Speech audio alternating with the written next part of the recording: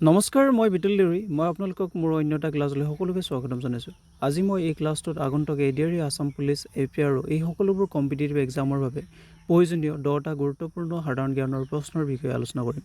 যদি আপোনালোকে মোৰ ভিডিঅ' চাই ভাল পায়, মোৰ ভিডিঅ'বোৰ লাইক কৰিব, কমেণ্ট কৰিব, শ্বেয়াৰ কৰিব, লগতে চেনেলটো ছাবস্ক্ৰাইব কৰিব আৰু কাষতে থকা বেল আইকনটো প্ৰেছ কৰিবলৈ নাপাহৰিব। আহক আজিৰ ভিডিঅ'টো ষ্টাৰ্ট কৰোঁ। আজি সাধাৰণ জ্ঞানৰ প্ৰথম প্ৰশ্নটো হৈছে, ভাৰতৰ আটাইতকৈ বৃহৎ ৰাষ্ট্ৰীয় উদ্যানখনৰ নাম কি? অপশ্যন এ মানাস ৰাষ্ট্ৰীয় উদ্যান, অপশ্যন বি হেমিছ ৰাষ্ট্ৰীয় উদ্যান, অপশ্যন চি কাজিৰঙা ৰাষ্ট্ৰীয় উদ্যান, অপশ্যন ডি কৰ্বেট ৰাষ্ট্ৰীয় উদ্যান। ইয়াৰ শুদ্ধ উত্তৰটো হৈছে অপশ্যন বি হেমিছ ৰাষ্ট্ৰীয় উদ্যান। ই জম্মু কাশ্মীৰত অৱস্থিত। নাও কুৱেশ্যন নম্বৰ 2, ভাৰতৰ কোনখন ৰাষ্ট্ৰীয় উদ্যানত সিংহ পোৱা যায়? অপশ্যন এ গিৰ ৰাষ্ট্ৰীয় উদ্যান, অপশ্যন বি কাজিৰঙা ৰাষ্ট্ৰীয় উদ্যান, অপশ্যন চি কৰ্বেট ৰাষ্ট্ৰীয় উদ্যান, অপশ্যন ডি কানহা ৰাষ্ট্ৰীয় উদ্যান। ইয়াৰ শুদ্ধ উত্তৰটো হৈছে অপশ্যন এ গিৰ ৰাষ্ট্ৰীয় উদ্যান। ই গুজৰাটত অৱস্থিত। নাও কুৱেশ্যন নম্বৰ 3, কোনখন নদীক দক্ষিণ ভাৰতৰ গংগা বুলি কোৱা হয়? Option A Narmada, option B Tapti, option C Krishna, option D Godavari. ইয়াৰ শুদ্ধ উত্তৰটো হৈছে অপশ্যন ডি গোদাবৰী। গোদাবৰী নদীক দক্ষিণ ভাৰতৰ গংগা বুলি কোৱা হয়। নাও কুৱেশ্যন নম্বৰ 4, অসমৰ কোন ঠাইত গৰম পানীৰ উঁহ আছে?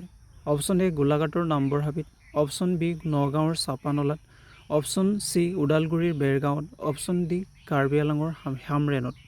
ইয়াৰ শুদ্ধ উত্তৰটো হৈছে অপশ্যন এ গোলাঘাটৰ নামবৰ হাবিত। নাও কুৱেশ্যন নম্বৰ 5, বিশ্ব ঐতিহ্য স্থানৰ অন্তৰ্গত অসমৰ ৰাষ্ট্ৰীয় উদ্যান কেইখন কি কি?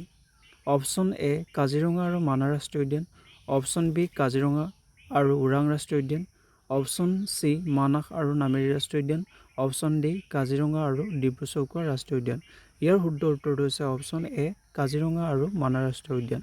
এই ৰাষ্ট্ৰীয় উদ্যান দুখন 1974 চনত বিশ্ব ঐতিহ্য স্থানৰ অন্তৰ্গত হয়। নাও কুৱেশ্যন নম্বৰ 6, বন্যপ্ৰাণী সুৰক্ষা আইনখন অসমত কেতিয়া গৃহীত হৈছিল? অপশ্যন এ 1970 চনত, অপশ্যন বি 1971 চনত, অপশ্যন চি 1972 চনত, অপশ্যন ডি 1973 চনত। ইয়াৰ শুদ্ধ উত্তৰটো হৈছে অপশ্যন চি 1972 চনত। নাও কুৱেশ্যন নম্বৰ 7, তলৰ কোনখন বড়োলেণ্ড টেৰিটৰিয়েল এৰিয়া ডিষ্ট্ৰিক্ট অধীনস্থ জিলা নহয়? Option A Chirang, option B Baksa, option C Nalbari, option D Kokrajhar. ইয়াৰ শুদ্ধ উত্তৰটো হৈছে option C Nalbari. Nalbari Bodoland territorial area ডিষ্ট্ৰিক্টৰ অধীনস্থ জিলা নহয়। বড়োলেণ্ড টেৰিটৰিয়েল এৰিয়া ডিষ্ট্ৰিক্টৰ 4খন জিলা আছে আমাৰ চিৰাং, বাক্সা, কোকৰাঝাৰ আৰু এখন হৈছে ওদালগুৰি। নাও কুৱেশ্যন নম্বৰ 8, অসমৰ মাজেদি যোৱা আটাইতকৈ দীৰ্ঘ দূৰত্বৰ ৰাষ্ট্ৰীয় ঘাইপথটোৰ নাম কি? অপশ্যন এ 37 নং ৰাষ্ট্ৰীয় ঘাইপথ, অপশ্যন বি 31 নং ৰাষ্ট্ৰীয় ঘাইপথ, অপশ্যন চি 39 নং ৰাষ্ট্ৰীয় ঘাইপথ, অপশ্যন বি 32 নং ৰাষ্ট্ৰীয় ঘাইপথ। ইয়াৰ শুদ্ধ উত্তৰটো হৈছে অপশ্যন এ 37 নং ৰাষ্ট্ৰীয় ঘাইপথ। নাও কুৱেশ্যন নম্বৰ 9, অসমৰ কোনখন জিলাত নুমলীগড় তেল শোধনাগাৰটো অৱস্থিত? Option A Nagaon, option B Jorhat, option C Goalpara, option D Golaghat. ইয়াৰ শুদ্ধ উত্তৰটো হৈছে অপশ্যন চি গোৱালপাৰা। আজিৰ শেষৰটো প্ৰশ্ন, কুৱেশ্যন নম্বৰ 10, উত্তৰ পূব সীমান্ত ৰেলৱেৰ মুখ্য কাৰ্যালয় ক'ত অৱস্থিত?